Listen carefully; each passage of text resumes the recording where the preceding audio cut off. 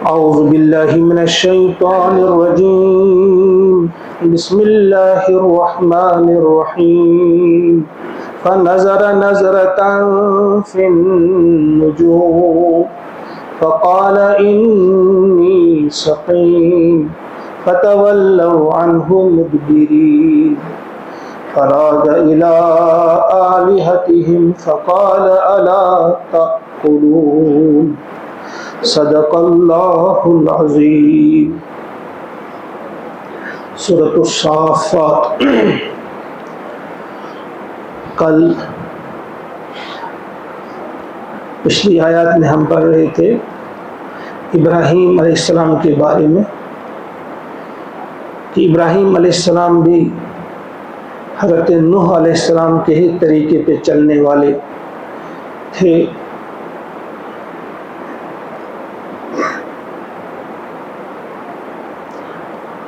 اس پچھلی آیت میں ہم نے پڑھا تھا انہوں نے اپنی قوم سے اور اپنے والد سے کہا تھا، انہیں سمجھایا تھا کہ تم کن معبودوں کی عبادت کرتے ہو۔ فما ظنکم برب العالمین، تمہارا کیا گمان ہے تمام جہانوں کے پروردگار کے متعلق، تمہارا کیا گمان ہے؟ کیا وہ اکیلے سے یہ کام نہیں کر پاتے؟ کیا آپ ان کے شریک ٹھہراتے ہو فلاں کام میں فلاں کام میں فلاں کام میں؟ اب انہی کا واقعہ ہے آگے۔ فنظر، پس دیکھا انہوں نے، نظرتاً ایک نظر، فی النجوم، ستاروں میں یا ستاروں کی طرف ایک نظر۔ اسی صورت کی آیت نمبر 10 میں ہم نے پڑھا تھا خط فتح، ایک بار اچک لینا۔ خط فتح یہاں پر ہے نظرت یا نظرتن، نظرتن ایک نظر۔ فنظر، پس دیکھا انہوں نے یعنی ابراہیم علیہ السلام نے دیکھا، نظرتن ایک نظر، فی النجوم، ستاروں کی طرف، ستاروں کو ایک نظر سے دیکھا۔ فقال، اور کہا، انی سقیم، انی بے شک میں، سقیم بیمار ہوں، میری طبیعت ناساز ہے، میری طبیعت ٹھیک نہیں ہے۔ یہ والا واقعہ جو ہے تفصیل کے ساتھ ہم پڑھ چکے ہیں، آپ کو یاد ہوگا سورہ انبیاء میں، سورہ انبیاء میں یہ پڑھا تھا ہم نے۔ وہاں اس آیت پر غور جب کرتے ہیں کہ یہ ان کا ایک خاص دن تھا، کوئی تہوار کا دن، ان کی عید تھی، وہ جا رہے تھے تو انہوں نے ان سے بھی کہا آپ بھی چلو۔ تو ابراہیم علیہ السلام اس طاعت میں تھے کہ مجھے کہاں تنہائی ملے تو میں اس صنم قدم میں داخل ہو کر ان بتوں کی ذرا تربت بناتا ہوں۔ تو جب ان سے کہنے لگے وہ کہ بھائی چلو چلتے ہیں، تو انہوں نے ستاروں کی طرف دیکھ کر کہا کہ میری طبیعت ناساز ہے، میں نہیں آ سکتا۔ اب یہاں اس لفظ سے بہت سارے مفسرین نے بہت سارے معنی لیے ہیں۔ کچھ لوگوں نے گھڑ لیا کہ 3 جھوٹ ابراہیم علیہ السلام کے، یہ جھوٹ نہیں ہے، قطعاً بھی جھوٹ نہیں۔ ہم کو سوچنا چاہیے اگر ہمارے پاس کوئی ایسا آتھینٹک قول ہے کسی کا کہ اس دن ابراہیم علیہ السلام بیمار نہیں تھے، پھر کہیں گے ہم نے جھوٹ کہا تھا۔ وہ ہو سکتے ہیں بیمار ہوتے، کوئی چھوٹا مسئلہ ہوتا، کوئی زکام، کوئی نزلہ، کوئی کھانسی، بخار وغیرہ کچھ ہو سکتا تھا، خامخواہ ہم کہتے ہیں وہ جھوٹ، وہ بیمار نہیں تھے۔ ایک یہ وجہ ہے کہ وہ جھوٹ نہیں ہو سکتا۔ دوسری چیز یہ ہو سکتی ہے کہ بیمار تھے وہ اس سینس میں بھی بیمار تھے، جو قوم کا بے پناہ درد رکھے ہوئے تھے، وہ قوم شرک کی بیماری میں مبتلا تھی، تو وہ تکلیف تو آپ کو تھی، لہذا اس سینس میں بھی آپ بیمار تھے، سقیم تھے آپ، کہ پڑھتے تھے آپ رات دن کہ یہ اللہ کو چھوڑ کر کن لوگوں کی پوجا کر رہے ہیں، کن چیزوں کی پوجا کر رہے ہیں۔ لہذا اس اعتبار سے بھی ہم کہہ سکتے ہیں کہ یہ جھوٹ نہیں ہے، بلکہ حقیقت میں یہ بیمار تھے، ان کی طبیعت ٹھیک نہیں تھی۔ پھر تیسری چیز جو مفسرین نے لکھی ہے، اس وقت جو علم نجوم تھا وہ بہت زیادہ عروج پر تھا، تو جب آپ ستاروں کی طرف دیکھ کر کہنے لگے انی سقیم، تو جو آئے تھے ان کو بلانے کے لیے انہوں نے سمجھا کہ شاید انہوں نے ستاروں سے مدد لے کر، اسی علم سے مدد لے کر یہ سمجھ گئی کہ میرا جانا بہتر نہیں، میں بیمار ہونے والا ہوں، میری طبیعت ناساز ہونے والی ہے، تو یہ بھی کچھ مفسرین نے کہا اس لیے بھی وہ چلے گئے۔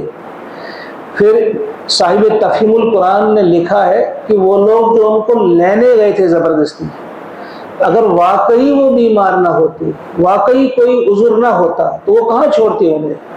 ہمیں یہ جان لینا چاہیے کہ کسی نہ کسی درجے میں اس وقت ان کی طبیعت ناساز تھی، اس لیے وہ چھوڑ گئے اسے۔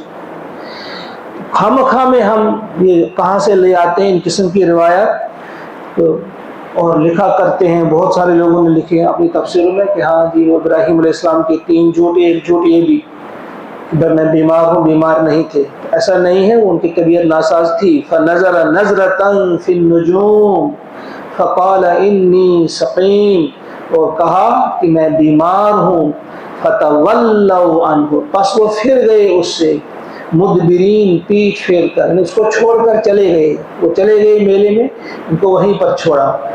تو پھر کیا ہوا؟ فَرَاغَ إِلَىٰ آلِهَتِهِمْ، تو وہ پوشیدہ طور چپکے سے وہ گھس گئے اِلیٰ آلِهَتِهِمْ، ان کے صنم کدے میں، جہاں ان کے معبود رکھے گئے تھے، وہ چپکے سے اس صنم کدے میں داخل ہو گئے۔ فقال، اور کہا، ان کا یہ طریقہ تھا اس دن جو ان کی عید کا دن تھا، صبح وہ مختلف قسم کی مٹھائیاں وہاں چڑھاتے تھے ان پر بتوں کے آگے، چلے جاتے تھے، شام کو جب لوٹتے تھے تو وہ مٹھائیاں لے کر خود ہی پھر کھاتے تھے یا تقسیم وغیرہ کرتے تھے۔ وہاں کافی مٹھائیاں رکھی ہوئی تھیں، بہت ساری کھانے کی چیزیں تھیں۔ یہ جب داخل ہوئے وہاں تو کہا ان سے، بتوں سے کہا، فقال الا تاکلون، کیا تم کھاتے نہیں ہو؟ ما لکم، تمہیں کیا ہو گیا ہے؟ تمہیں کیا پریشانی ہے؟ لا تنطقون، تم بات ہی نہیں کرتے، کیا وجہ ہے، کیا پریشانی ہے تمہیں ہو کیا گیا ہے کہ تم بات نہیں کرتے؟ فراغ علیہم، پھر جا پڑا ان پر، ضربن، مارتے ہوئے، بالیمین، دائیں ہاتھ سے، دائیں ہاتھ سے مارنے کا مطلب ہے طاقت سے، پوری زور سے ان پر پھر مارا اور ان کو توڑنے لگے۔ فاقبلوا، پھر وہ متوجہ ہوئے، کب ہوئے؟ میں نے وہی کہا کہ سورہ انبیاء میں تفصیل کے ساتھ یہ واقعہ آیا ہے کہ جب وہ واپس آ گئی، واپس آ کر جب انہوں نے وہ دیکھا یہ کیا حال ہوا ہے، کسی کا بازو نہیں، کسی کی ناک نہیں، کسی کا سر نہیں، کسی کا کیا، اس کو توڑ کے رکھا تھا، صرف بڑے والا جو ایک تھا اس کے کاندھے پہ وہ کلہاڑی رکھی ہوئی تھی، اس کو ایسے ہی رکھا تھا۔ جب وہ آ گئے انہوں نے کہا یہ کس نے حال کیا ہے ہمارے ان کے ساتھ؟ تو پھر کسی نے کہا ہاں ہم نے سنا ہے ایک جوان ہے جس کو ابراہیم کہتے ہیں، ابراہیم اس کا نام ہے، وہ ان کی مخالفت کرتا ہے، اسی کا کام ہو سکتا ہے۔ پھر گئے پکڑ کر لائے اور پوچھا اس سے، فقال اانت فعلت ھذا بآلہتنا، کیا تم نے ہمارے معبودوں کے ساتھ ایسا کیا ہے؟ انہوں نے جواب دیا بل فعلوہ کبیر، دیکھو یہ جو بڑا والا ہے نا یہ اس نے کیا ہے، پوچھو اگر یہ بولتے ہیں، پوچھو ان سے، پوچھو اس نے کیا، کس نے کیا، یہ ان کی حالت کس نے بنائی، انہی سے پوچھو یہ خود بتائیں گے۔ کہا اس وقت وہ شرم کے مارے انہیں سر جھکا لیے، لیکن ساتھ ہی پھر وہ خیال آ گیا، شیطان کہاں ان جانے دیتا، احساس تو انہیں ہوا تھا کہ واقعی جو اپنا دفاع نہ کر سکے وہ کیسے ہمارا دفاع کریں گے، وہ ہمارے معبود کیسے ہو سکتے ہیں۔ لیکن جلدی ہی شیطان نے پھر انہیں کوئی پٹی پڑھائی کہ کہا ہاں تم جانتے ہو یہ بات نہیں کرتے، تو کہا پھر ایسوں کی تم عبادت کرتے ہو جو نہ تمہیں نقصان کوئی پہنچا سکتے نہ کوئی فائدہ پہنچا سکتے۔ تو پھر انہوں نے کہا، جب کچھ بحث ہوئی پھر کیا انہوں نے کہا کہ آؤ اپنے معبودوں کی مدد کرو اور ایک الاؤ تیار کرو، اس میں اس کو جھونک دو، وانصروا آلہتکم، اپنے معبودوں کی امداد کرو، مدد کرو۔ یہاں وہی ہے فاقبلوا الیہ یزفون، پھر وہ متوجہ ہوئے اس کی طرف دوڑتے ہوئے آئے اور اس کو پکڑا۔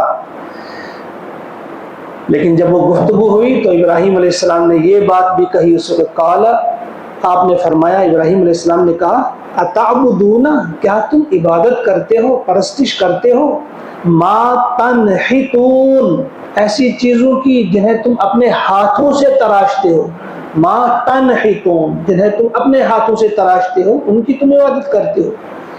واللہ اور اللہ تعالیٰ نے خلقکم تمہیں پیدا فرمایا وما تعملون اور جو چیزیں تم بناتے ہو ان کو بھی، یعنی اگر آپ نے ہاتھ سے کوئی چیز بناتے بھی ہو لیکن ان چیزوں کا پیدا کرنے والا بھی اللہ ہی، انہی چیزوں کو تم شکل دیتے ہو اسی کی عقل استعمال کر کے. فرمایا اللہ نے تمہیں پیدا کیا اور جو چیزیں تم بناتے ہو ان کو بھی وہی پیدا کرتا ہے، وہ بھی اسی نے پیدا کیا. قالو انہوں نے کہا قالو لہو بناؤ اس کے لیے بنیانن ایک عمارت بناؤ اس کے لیے، یا ایک الاؤ تیار کرو. کچھ لوگوں نے اس کو دیوار بھی کہتے ہیں، عربی میں بنیان دیوار کے لیے بھی کہتے ہیں، عمارت کے لیے بھی آتا ہے. تو کچھ لوگوں نے کہا ایک الاؤ تیار کرو. فَأَلْقُوهُ پھر ڈال دو اسے فی الجحیم دہکتی ہوئی آگ میں، بلیزنگ فائر، اس دہکتی ہوئی آگ میں ان کو ڈال دو. فَأَرَادُوا بِهِ پھر انہوں نے ایسا ہی چاہا. فَأَرَادُوا پس انہوں نے ارادہ کیا ایسا ہی کرنے کا. قیدن ایک داؤ کھیلا انہوں نے اس کو جلانے کا ایسا ہی کیا. فَجَعَلْنَاهُمْ تو ہم نے کر دیا انہیں الاسفلین ذلیل، یعنی ہم نے انہیں نیچا کر دیا، ذلیل کر دیا، گویا ان کے اس داؤ کو چلنے نہیں دیا. کیا کیا اس جگہ پہ ہم اسے سورہ انبیاء میں کہا گیا ہے کہ جب انہوں نے اس کو ڈالا اس میں تو اللہ تعالیٰ فرماتے ہیں قُلْنَا يَا نَارُ كُونِي بَرْدًا وَسَلَامًا عَلَىٰ إِبْرَاهِيمَ ہم نے کہا اے آگ تو ٹھنڈی ہو جا اور سلامتی بن جا ابراہیم کے لیے. اور وہ آگ ٹھنڈی ہو گئی، معجزاتی طور پہ وہ آگ ٹھنڈی ہو گئی، ابراہیم علیہ السلام بالکل محفوظ رہے. فَأَرَادُوا بِهِ كَيْدًا فَجَعَلْنَاهُمُ الْأَسْفَلِينَ انہوں نے ارادہ کیا، انہوں نے چاہا، ایک داؤ کھیلا یعنی انہوں نے جلا کر راکھ کر دینے کا ارادہ کیا ابراہیم علیہ السلام کو. مگر اللہ تعالیٰ فرماتے ہیں چونکہ انہوں نے میرے لیے، ابراہیم علیہ السلام نے خالص اللہ کے لیے اپنے آپ کو پیش کیا، کوئی زمینی جھگڑا نہیں تھا ان کے ساتھ، کوئی کسی اور قسم کی لڑائی تو ان کے ساتھ نہیں تھی، یہ سب اللہ کے لیے، اللہ کی محبت میں، اللہ کی توحید کے لیے سب کچھ ہو رہا تھا. تو اللہ تعالیٰ نے خود ہی مداخلت کی اور خود ہی بچایا ابراہیم علیہ السلام کو. نار نمرود کو کیا گلزار، دوست کو یوں بچا لیا تو نے.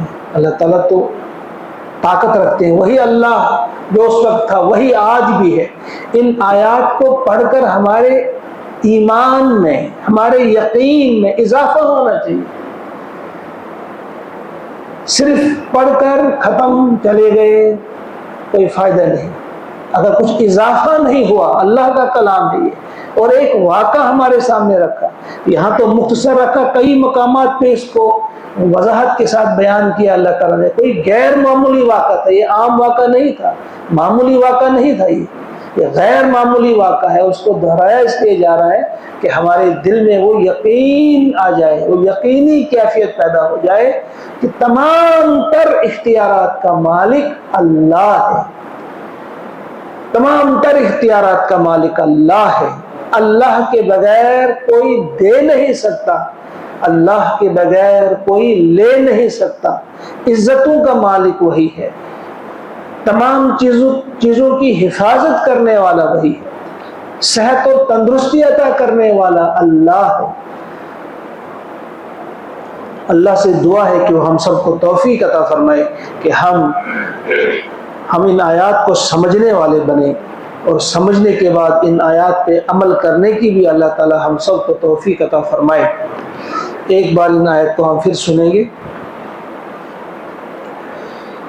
فما ظنكم برب العالمين فنظر نظرة في النجوم فقال إني سقيم فتولوا عنه مدبرين فراغ إلى آلهتهم فقال ألا تأكلون ما لكم لا تنطقون فراغ عليهم ضربا باليمين فأقبلوا إليه يزفون قال أتعبدون ما تنحتون